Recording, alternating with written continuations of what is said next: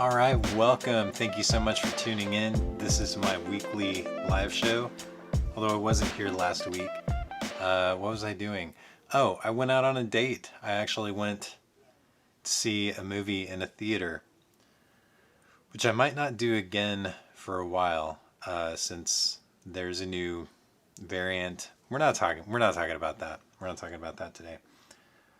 So just heads up. There are children playing right outside my window, so you may hear kid noise. I can't make any promises, but it's a strong possibility.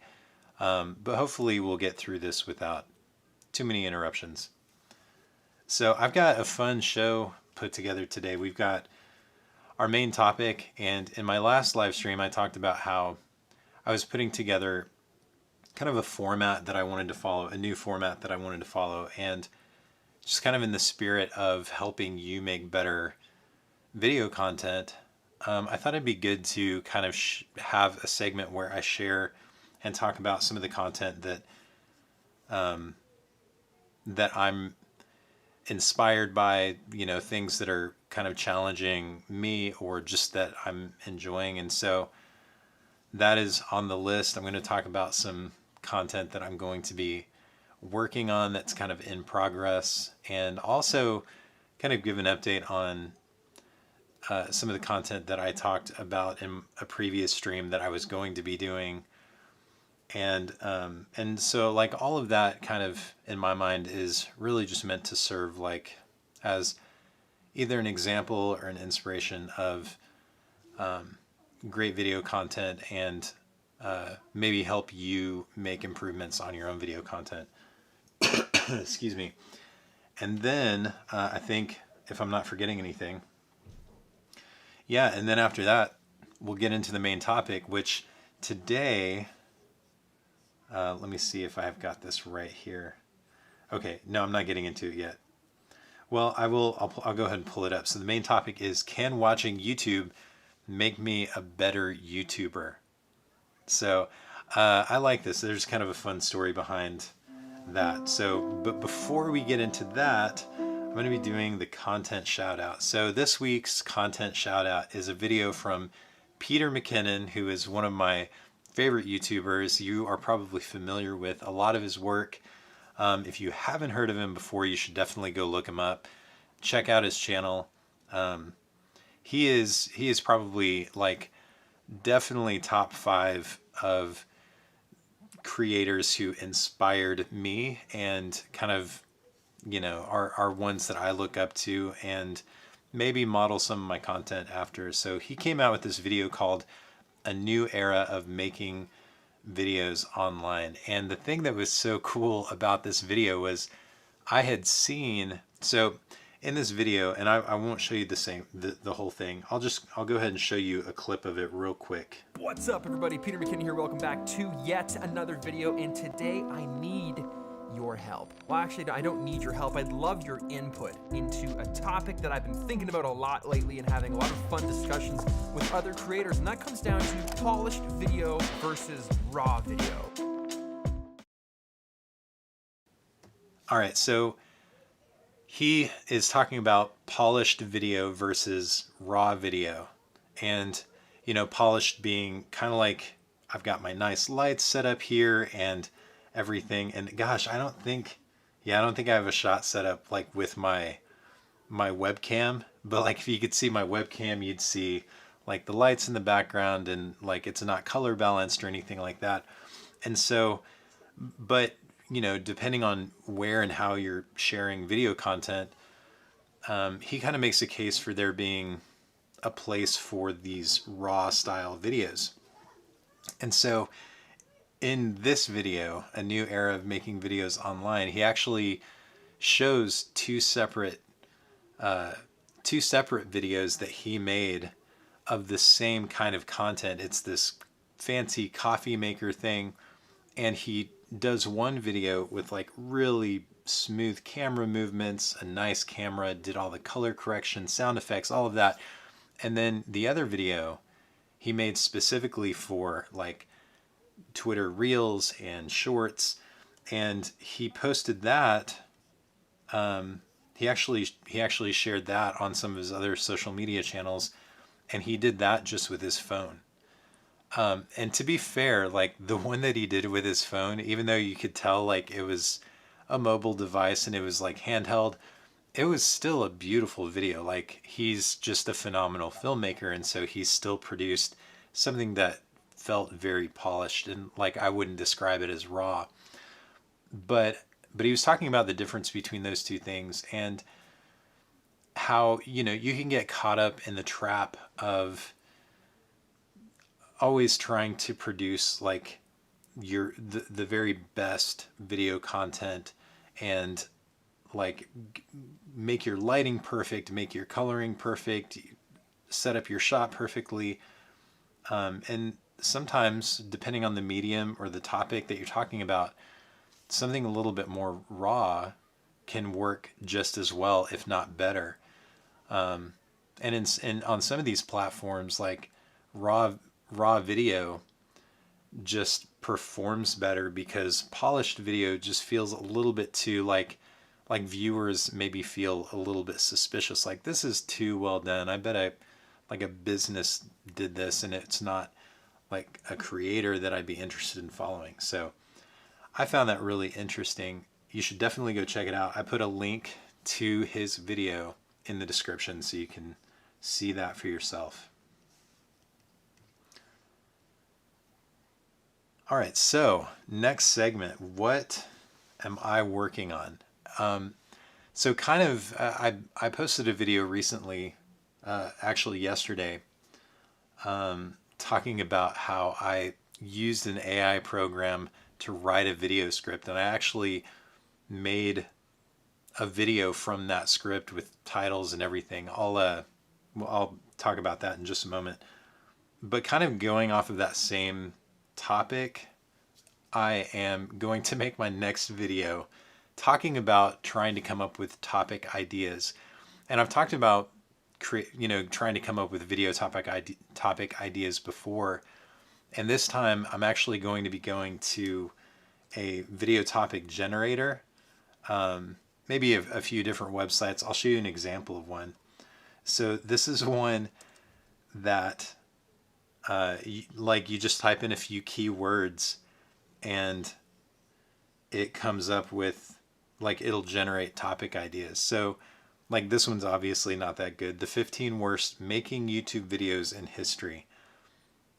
So that doesn't make a lot of sense, but we can kind of scroll through what experts are saying about making YouTube videos.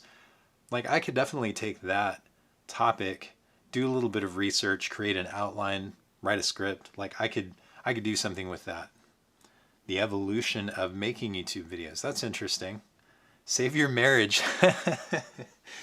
That's funny. Save your marriage using only making YouTube videos. I think I put making YouTube videos in there. So like I'd probably take that out, take making out, and it would just be save your marriage using only YouTube videos.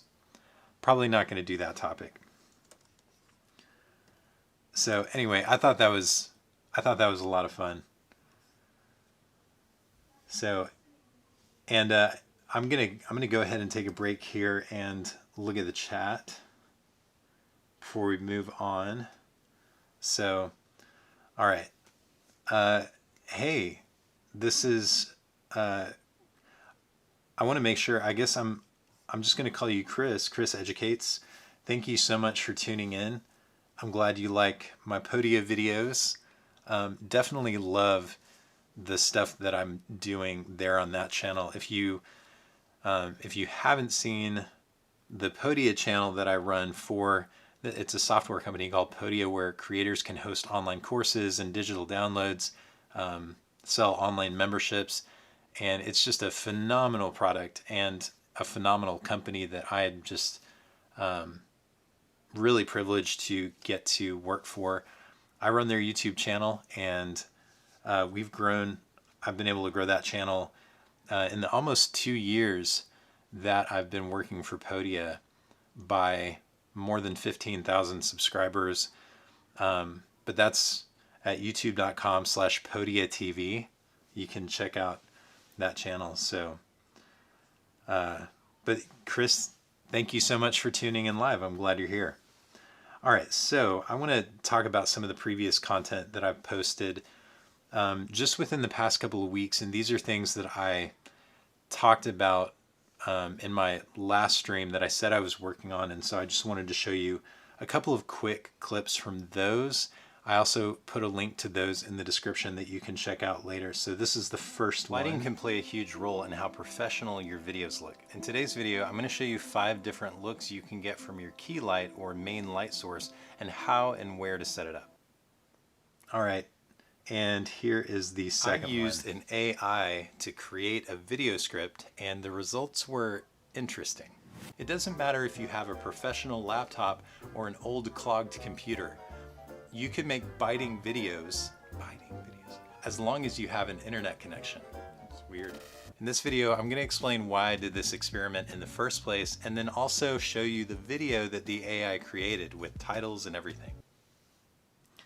All right, so those 2 videos, the second one that I showed you, it was actually kind of funny because there was like kind of a picture-in-picture sort of style.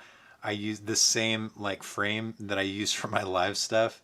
I used in that video, and I probably should have done something a little bit different, but anyways, I had a ton of fun with that, and I'll probably like make this a segment of all of my live videos, like maybe showing you a quick clip, especially if there's something useful. And in this case, you may have noticed, and if not, it's okay. Like, I'll just point out real quick, there was a little bit of a difference between the way I introed that first video, which was about the 5 lighting setup techniques, and the second video, which was the AI script. So the first video was pretty straightforward, and I had a title card come in.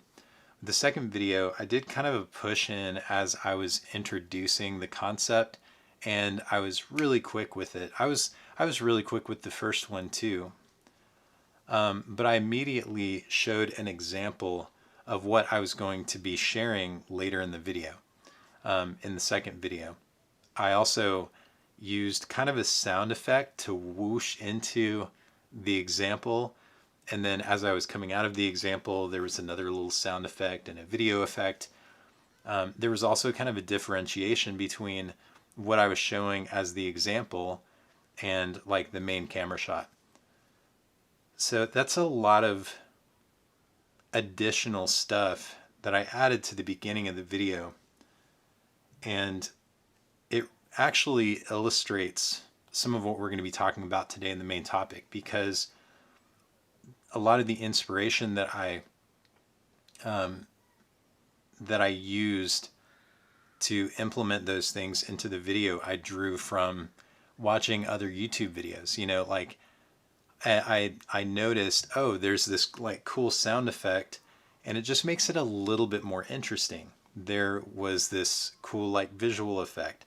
I like the way the camera pushed in on that moment. And so like seeing those things, watching YouTube, even just passively informed some of the changes that I made, and I think improved the quality of the video, made it a little bit more interesting, a little bit more engaging.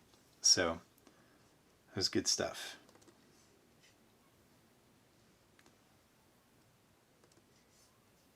All right, so now into the main topic. Can watching YouTube make me a better YouTuber? So, and you're gonna have to forgive me, I've got an outline that I'm working off of over here. So I will be referring to that and looking over at it here and there. But yeah, here we go. Okay, so I want to start by saying I have a YouTube habit. Maybe you do too. And my YouTube habit basically is kind of linked as a part of a chain to my other social media habits, particularly, you know, if I'm bored, I don't have anything else going on, or I'm, you know, like waiting for the microwave to finish, or I'm waiting in line at the grocery store. I do what a lot of people do. I pull out my phone and I start scrolling the social media feeds, and I kind of like click through each one to see if there's anything new or interesting. Now, of course, in certain settings, like it would be rude for me to turn on YouTube and start watching videos. But it is, it's a similar kind of thing. Like if I'm somewhere where I can watch something, or if I've got like my AirPods with me and I can just listen to it. I love like scrolling through, watching videos from my favorite creators, seeing what comes up in the YouTube shorts, which have been a lot of, fun and very interesting. And then like seeing what YouTube recommends to me and seeing if there's new content out there. There's so much new content being uploaded to YouTube every day. And so like it's impossible like for you to ever watch all of what people share. But like there's just so much to choose from. And if like this has probably happened to you before, like you can pull up YouTube and kind of get sucked into a wormhole and lose hours of time just watching recommended videos and like watching the next one. And then, oh, somebody who I follow posted a video and you watch their video. And then there's another recommended video. And so like, I will confess that yes, I spend way too much time watching YouTube videos. And I justify this by saying like, oh, it's research. It's what I do for a living. And so it's important for me to spend time watching YouTube videos because then I get a sense of like how I can improve my videos. And I do believe that just passively watching YouTube videos can make you a better YouTuber. I think that over time, as you're watching, you're going to pick up on certain things. You're going to pick up on certain patterns, even subconsciously. And if you're also creating videos consistently, some of those things may start to work their way into your videos. But I think there's an even better way to do this. And so that's kind of what I wanted to talk about today.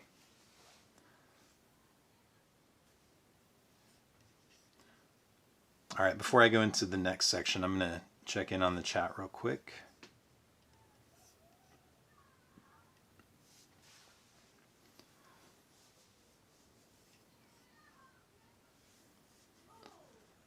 All right, so Chris asked, please, I would like to know how you design your thumbnails. And I will definitely talk about that. In fact, I'll go ahead and add that to my list of upcoming topics. That's one of my favorite parts of the process. One that I don't spend enough time on. Sometimes if I spend a lot of time on it, I feel a little bit guilty because, like there's kind of the point of diminishing returns. So I'm going to save all of that for a video specifically about YouTube thumbnails because I think that would be really interesting. All right. So back to the main topic. Last week, or no, it was this week, earlier this week, I came across a tweet from another YouTuber who I follow. His name is Levi Allen. You should definitely check out his YouTube channel also. And he's an incredible filmmaker. He made a documentary called Untethered. And back in the day when he created it, he actually gave me early access and let me watch it and kind of provide, my initial thoughts. And it was just such an amazing video. I think it was like 40 minutes long or something. So kind of a documentary short film about the slacklining community in Canada. And it was riveting. So you should check that out. Check out his other content. But I'm going to go ahead and read this. He says, YouTube peeps, even if you feel it disrupts the flow of a video, prompting with a relevant reason to subscribe at the right time in a video works really, really well. This video, and he actually links to a video below that, this video has driven more subscribers than a video 10 times its view count.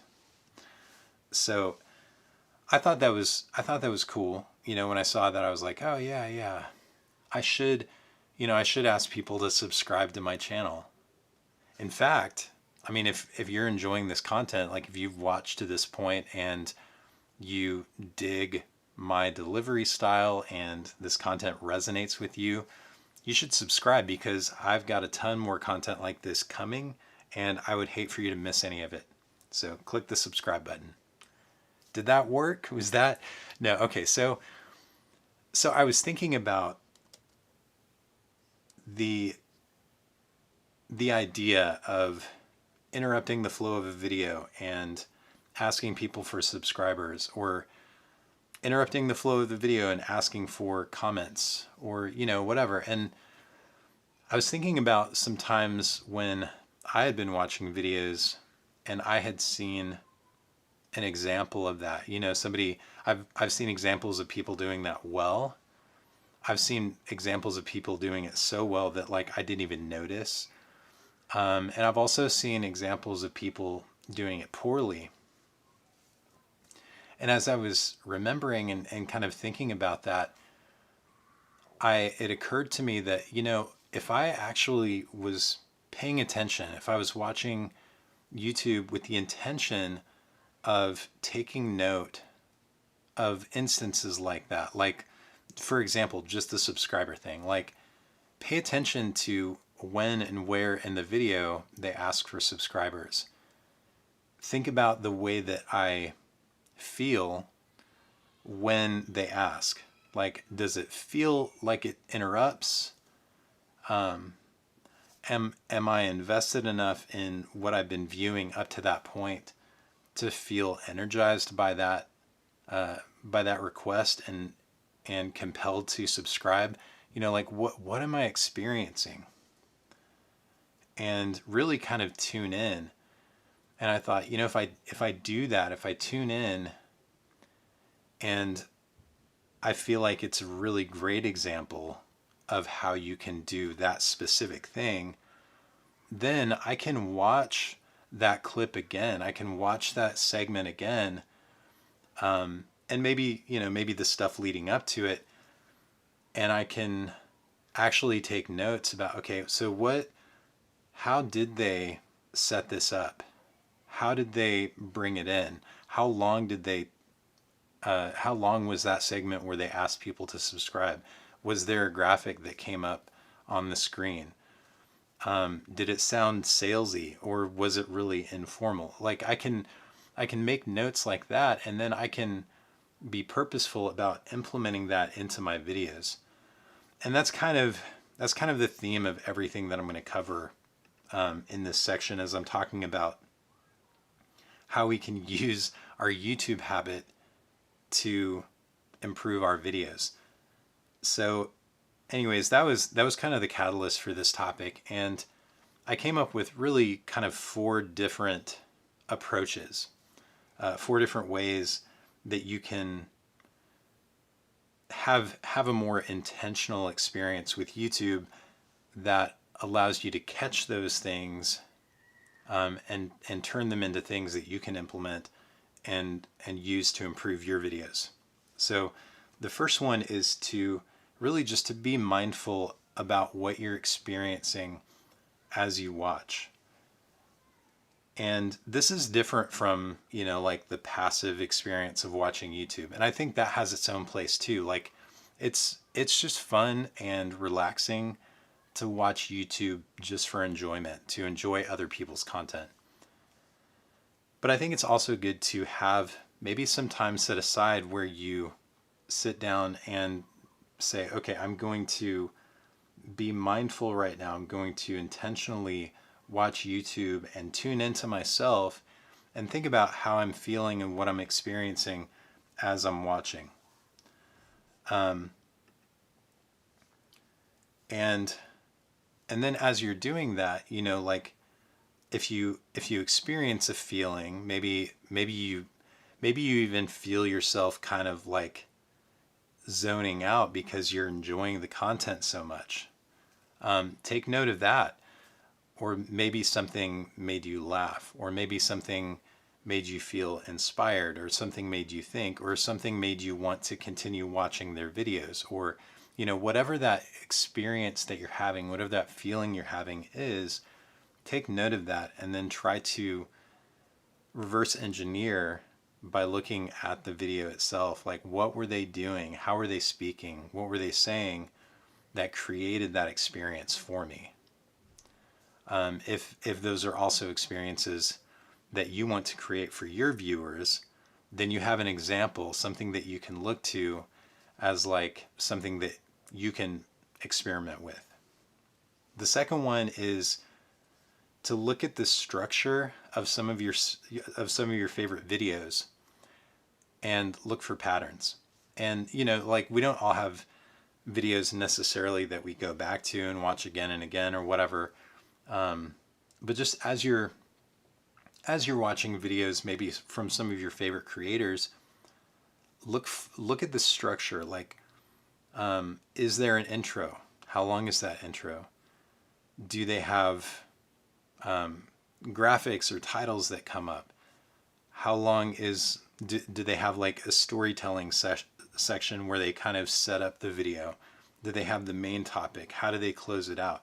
You know, look for these patterns in how the video is structured, and see if there's something there that will help you and that will help inform you on how you can structure your own videos to be more streamlined, more efficient, more engaging. And so that's another thing you can look at intentionally. The third thing is the visual elements. So, or actually, you know what? That's going to be the fourth thing. I'm gonna back up, because before we get to the visual elements, I still want to talk about kind of the experiential part of it. So, the third thing is the delivery style. So how's the person speaking? What is their energy like? Are they formal, or are they relaxed and laid back? Are there common phrases or words that they tend to use talking about certain topics, or you know, in the intro or the outro of their videos, that kind of thing? Some of those, and this is kind of like, in my personality, I have a tendency to buck against convention. Like, if something seems conventional, like, you know, starting off a video with, "Hey guys, how's," you know, I tend to be like, "Oh, I don't want to do that."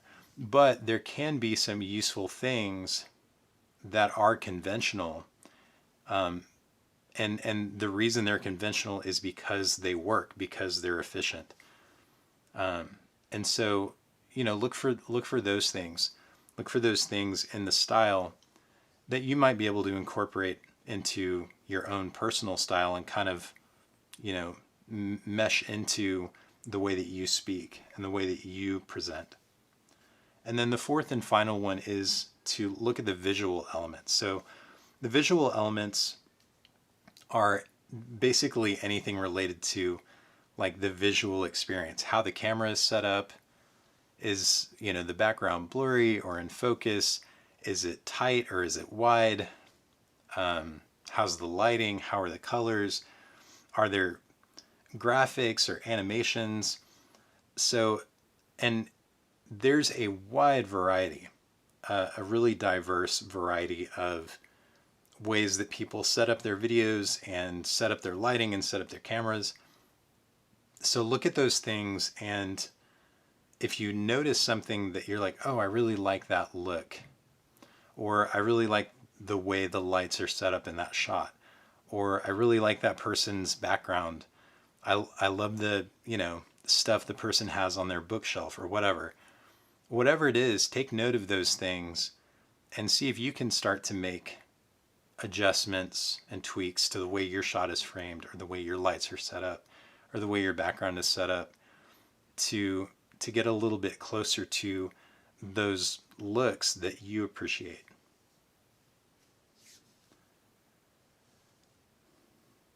All right. I'm gonna pause real quick. I've got one more thing I want to say about this, but I want to, like, I'm just doing this live, and I want to tell you that one of the tough things about doing live video is that sometimes you forget to breathe. And this whole time I've just been taking these kind of like short breaths, and it's a little bit of nervousness. Sometimes talking about it makes it better. Sometimes it doesn't. Sometimes you just keep having the nerves, and that's okay. I'm just going to keep talking through it, but I wanted to let you know, because if I looked like I was holding my breath throughout that, or maybe I masked it, and you didn't even notice, that's fine too. But I wanted to let you know that, like, that's normal.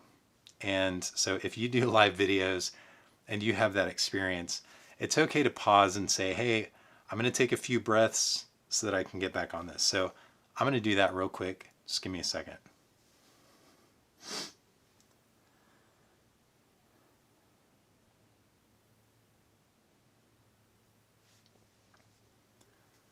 All right, so the last few things that I want to talk about is just things to remember as you're doing this.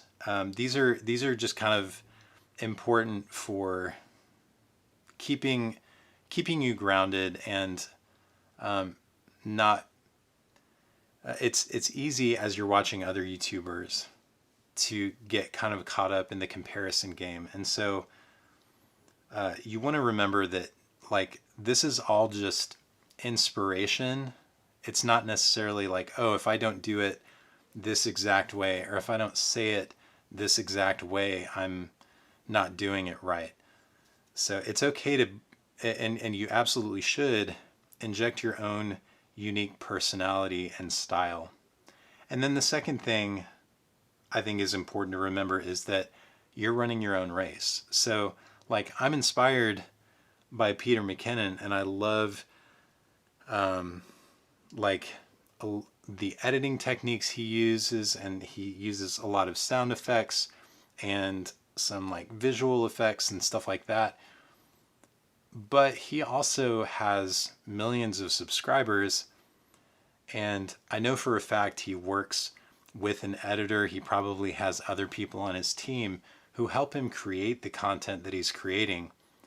And if not just, for the fact of how amazing and beautiful his videos are, he produces many of those per week, and so, like, even just looking at that, it's easy for me to look at that and think, oh man, I wish I was doing better. I wish I was doing more.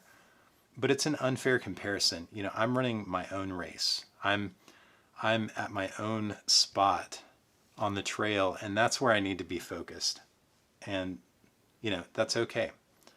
So, to summarize this segment, your YouTube habit, if you have one, is probably helping you improve in small ways, but you can maximize that effect by being intentional, by setting aside some time where you intentionally sit down with YouTube content and look for ways that you might be able to use some of the techniques and the style and the personality and the visual things that you enjoy, incorporate those into your videos, and kind of experiment with them. So that is it. So before we go, I'm going to go ahead and check in on the chat one more time here.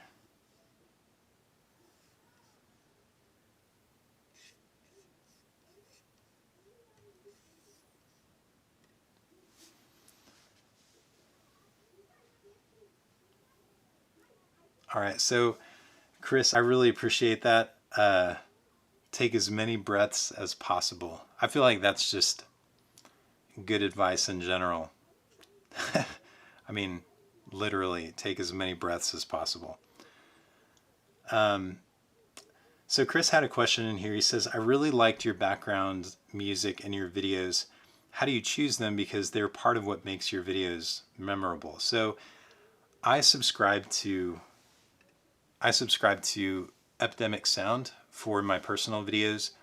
And for the videos that I make for Podia, we actually have a subscription to Artlist. Epidemic Sound and Artlist are just libraries of royalty-free music, and we pay a monthly fee to have access to like a huge library of songs and sound effects and stuff like that. And so I have a couple of, like, for my personal videos, I have a couple of favorites, and one of them is the song that I use like for the intro and outro for these live videos, and I also use that in some of my main videos. I'm trying to branch out a little bit more because I was thinking about, you know, if people are watching some of my videos back to back and they're hearing that same song over and over again, that might become a little bit distracting. And then, you know, in some cases, I might not want to use background music at all. But what I try to do is I try to think about like the background music as a part of an overall brand that I'm trying to express, right? So there's, you know, like in my live videos, there's this kind of blue grainy background thing, and that's part of the vibe, I guess. And then there's the lighting and the way I have the colored lights set up, and that's part of the vibe. And the music that I pick is part of the vibe. And it's all like, in my mind, I'm trying to put together this whole experience that feels cohesive. And so that's kind of what I'm trying to accomplish with the music. And really, it's not more complicated than I just have kind of a style preference, and those are the kind of songs I'm looking for. And it's a hybrid of like, I enjoy these songs, and I think that these songs would be a really good backdrop experience for my viewers. And so like those are the two things that I kind of keep in mind as I'm doing that. So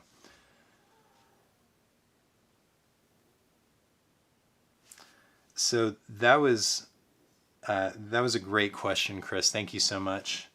And I think with that, I'm going to look in one more place to see if we had any other questions show up.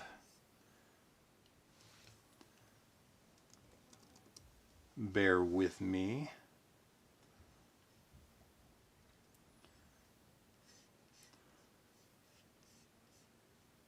All right, so that is it for today.